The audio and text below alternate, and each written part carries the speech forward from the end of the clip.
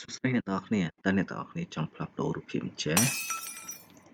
ឲ្យទៅជារូបភាពអញ្ចេះទៅជារូបភាពអញ្ចេះឲ្យទៅជារូបភាពអញ្ចេះឲ្យទៅជារូបភាពអញ្ចេះឲ្យទៅជារូបភាពអញ្ចេះឲ្យទៅជារូបភាពអញ្ចេះ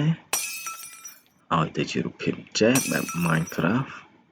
និងឲ្យទៅជារូបភាពអញ្ចេះបាទបើចង់ធ្វើដូច្នេះសូមតាមដានវីដេអូទាំងអស់គ្នាដូចតទៅ